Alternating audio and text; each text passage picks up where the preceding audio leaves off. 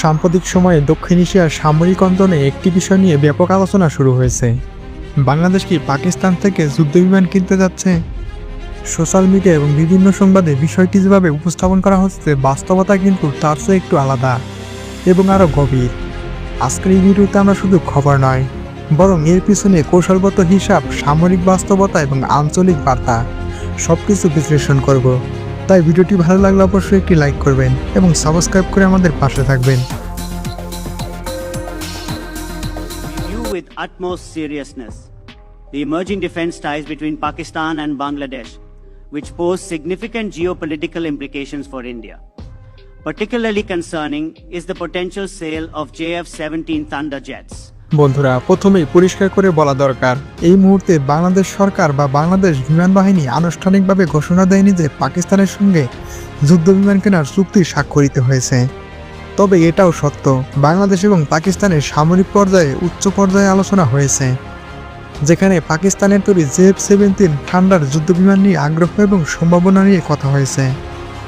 অর্থাৎ এটি এখনো চূড়ান্ত চুক্তি নয় এবং একটি গুরুত্ব সহকারে বিবেচিত অপশন। এখন প্রশ্ন হলো, বাংলাদেশ কেন নতুন যুদ্ধবিমান ভাবছে? এর উত্তর লুকিয়ে আছে বাংলাদেশ বিমান বাহিনীর বর্তমান সক্ষমতায়। বাংলাদেশ বর্তমানে মূলত F-7 এবং MiG-29 যুদ্ধবিমানের উপর নির্ভরশীল।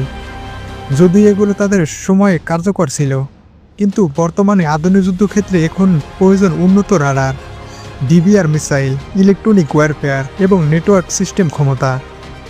সময়ের সঙ্গে তাল মিলাতে চললে আধুনিকায়ন আর বিলাসিতা নয়, এটা এখন একটা প্রয়োজন। এখন আসে বাজেট এবং বাস্তবতার প্রশ্নে। অনেকে জিজ্ঞেস করেন, বাংলাদেশ কেন রাফালে বা X-16 যুদ্ধবিমান কিনছে না? বাস্তবতা হলো, এসব বিমানের ক্রয় মূল্য, রক্ষণাবেক্ষণ খরচ, প্রশিক্ষণ এবং লজিস্টিক সাপোর্ট বাংলাদেশের মতো দেশের জন্য অত্যন্ত ব্যয়বহুল। বাংলাদেশের প্রতিরক্ষা নীতি বরাবরই ছিল বাস্তববাদী, প্রয়োজন অনুযায়ী শক্তি, কিন্তু অপ্রয়োজনীয় ব্যয়ের প্রদর্শন নয়। এই প্রেক্ষাপটে পাকিস্তানের JF-17 থান্ডার একটি বাস্তবসম্মত বিকল্প। এটি একটি 4.5 জেনারেশনের মাল্টি-রোল ফাইটার জেট, যা চীন এবং পাকিস্তান যৌথভাবে তৈরি করেছে। এর ব্লক 3 সংস্করণে রয়েছে EAS রাডার, উন্নত ইলেকট্রনিক ওয়ারফেয়ার সিস্টেম, আধুনিক ককপিট এবং দীর্ঘপাল্লার DBR মিসাইল ব্যবহারের ক্ষমতা। সবচেয়ে গুরুত্বপূর্ণ বিষয় হলো, এর অপারেশনাল খরচ তুলনামূলকভাবে অনেক কম।